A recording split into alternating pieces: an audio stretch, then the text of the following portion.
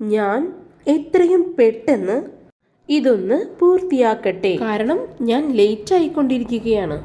ഈ ഒരു സെൻറ്റൻസ് എങ്ങനെ ഇംഗ്ലീഷിൽ പറയാം എന്ന് നോക്കാം.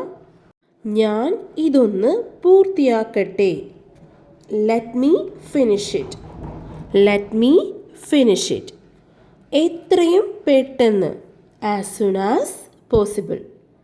As soon as possible. എത്രയും പെട്ടെന്ന്.